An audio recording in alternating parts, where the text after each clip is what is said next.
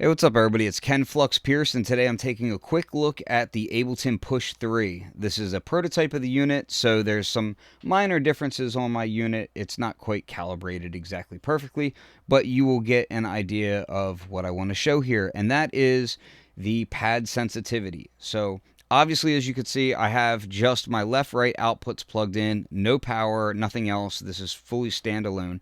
But what I wanted to showcase is just how sensitive these pads are. This is a technology that's been in the works for a really long time. I can remember having talks with Ableton, about 7 years ago about these pads and this design, and it's been really exciting to see this thing actually come to the light of day.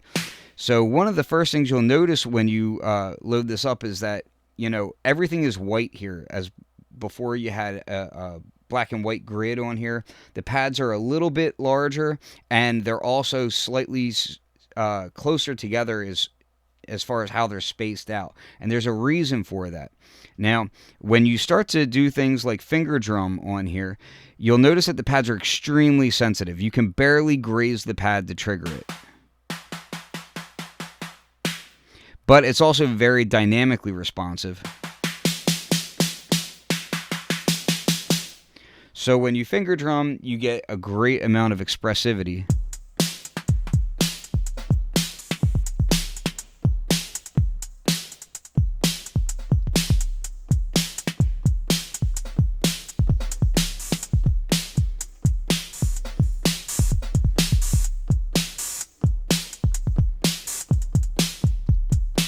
So it's really fast and easy to play.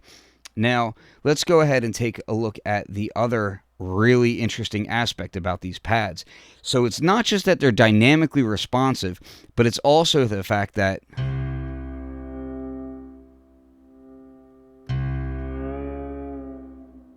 they are XY expressive as well. So I can, depending on the instrument, be bending pitches up and down by going left and right, and opening and closing the filter by going top to bottom. I can also do things dynamically with polyphonic aftertouch on it as well.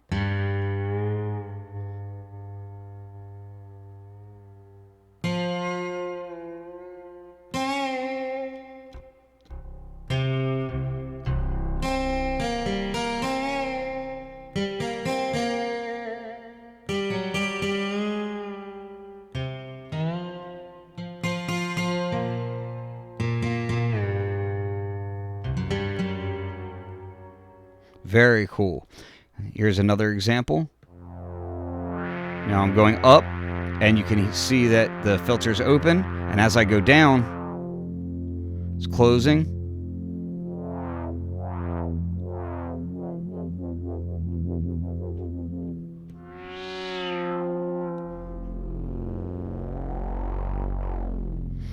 And Ableton has included a whole bunch of these MPE sounds that are already mapped out and ready to go.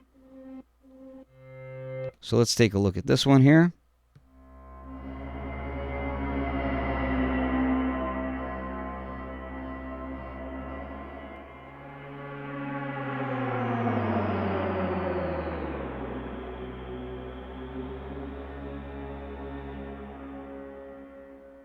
So this makes for some really fun playing. Now if I go in here and I set something up like, let's turn this on.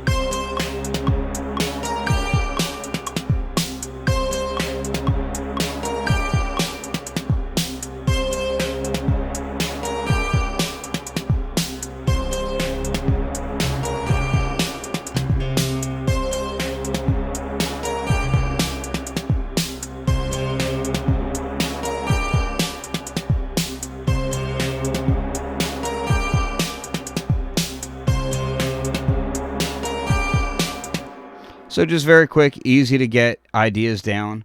I'm not going to go over everything on Push 3 here because I'm sure there's going to be lots of super exhaustive videos out there about every little feature on this thing. I just wanted to give my perspective on the pads. Some things about finger drumming on here. Some notes for people who've been following my channel for a long time and know that I'm big into finger drumming and big into how pads feel. I would say expressivity wise, definitely the best pads I've ever felt, bar none.